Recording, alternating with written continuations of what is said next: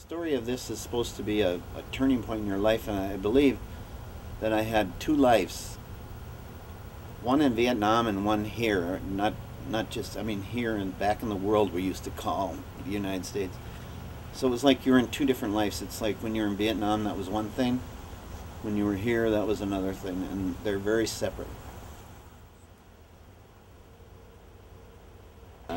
My name is Mike Ryan, and we're here to talk about my trip to Vietnam in '68 and '69.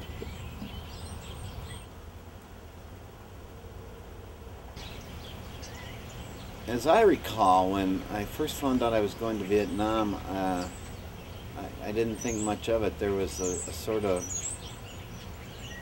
it was sort of life. You had to go there, and a lot of people I knew went there, actually.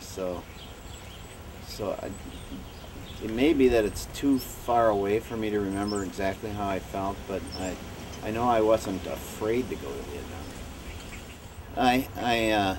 I was in the first 6 months in Vietnam. I was in the infantry, and that's a pretty horrible thing to be. I believe, if I recall correctly, I probably slept in my bed.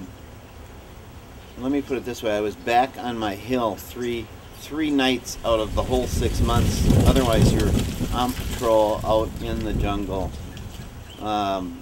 wherever they wanted you to go. And then those 3 nights that you came back, you had to stay on guard duty for the hill. So it was like, you'd have these guys that ran the guns, the cannons, and everything. They'd be watching movies every night, and you'd be out in the mud, in the rain, in the cold, in the mosquitoes. And then when you came back, they'd still be watching movies. You'd be guarding their hill for them. When you're in the infantry, the typical day is a lot different than it is when you're in the village. The village is a lot more low key during the day, and so you're just kind of working through things, communicating with people. You have a radio, and you have other duties, and you might talk to the village chief, who's a high official there, and you talk to the sergeant in charge of the National Guard from South Vietnam. And but in the infantry, you basically were on patrol all the time, and you might actually sleep during the day rather than, because most of the activity happens at night in both cases, actually. I think soldiers that, especially in the Marine Corps is mainly people that have signed up for it, volunteered for it. And I've talked to some of these people since I have been there, and they're still gung-ho about the Marine Corps. They'll say words like Semper Fi, and I think the Marine, or I won't even say the Marines, I think this is true of all arms. There's a systemic problem with war in that people that participate in a war hate the people they're fighting, whether they're good, bad, or indifferent. I mean, I guess what I'm trying to say is that there's a lot of animosity towards the Vietnamese, whether they were Viet Cong, NVA, North Vietnamese Army, or just regular civilians from Vietnam. And I really dislike that because I thought it was kind of brutal. People were pretty brutal to people. I had a whole different point of view because I was drafted, and I really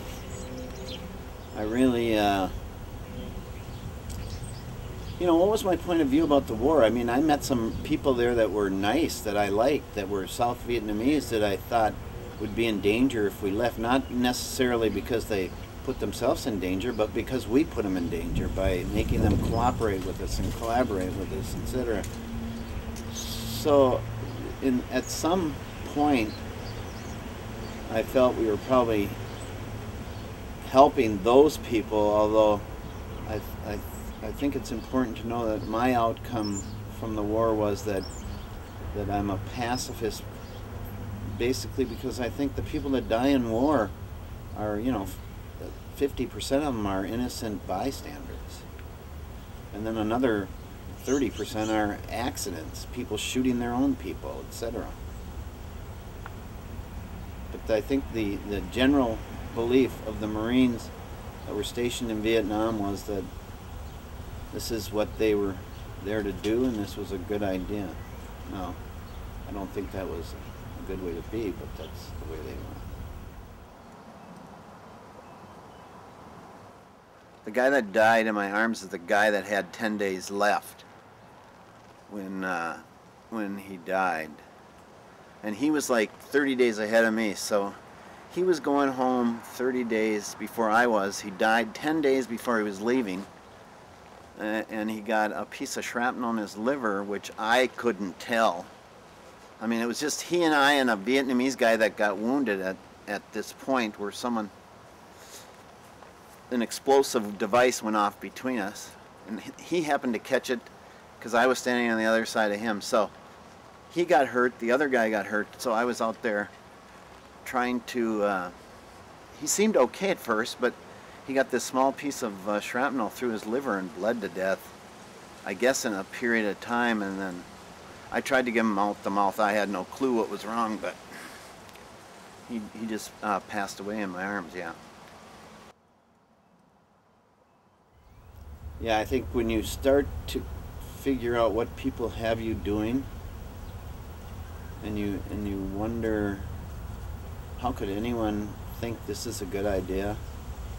You see the foolishness in any kind of a war. I mean, we see that in Iraq now. We have all this, this we're victims bravado and running around like chickens with our head cut off has done nothing but make a bigger problem. I think that was true in Vietnam too. We just having that, you could get into the history of that war, and I think if you did get in there, and you'd find out that one of the real watershed events was when the Vietnamese voted to join the North Vietnamese. The Americans said, no, we're not going to let that happen.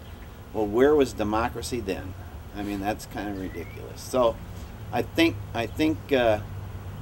don't think people that go in with the vision or the belief that they're victims or the belief that they're helping too many people, that has to be really very closely scrutinized and carefully weighed, and I don't think war is ever the answer.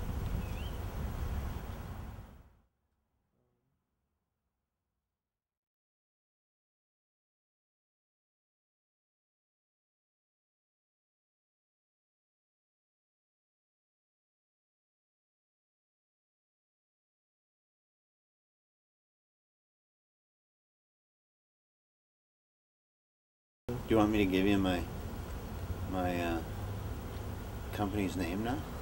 No, Sure. I'm just kidding. I don't want to do that. Can you sing your dirty little Vietnamese song that you did yesterday? Toi mon yêu cô nâng tôi khăm khá tiền cho tôi sleep good toi. No, I got that screwed up. Love you long time. It basically is I love you, but I can't afford you. Could you give me your underwear and I'll go downtown and sell it?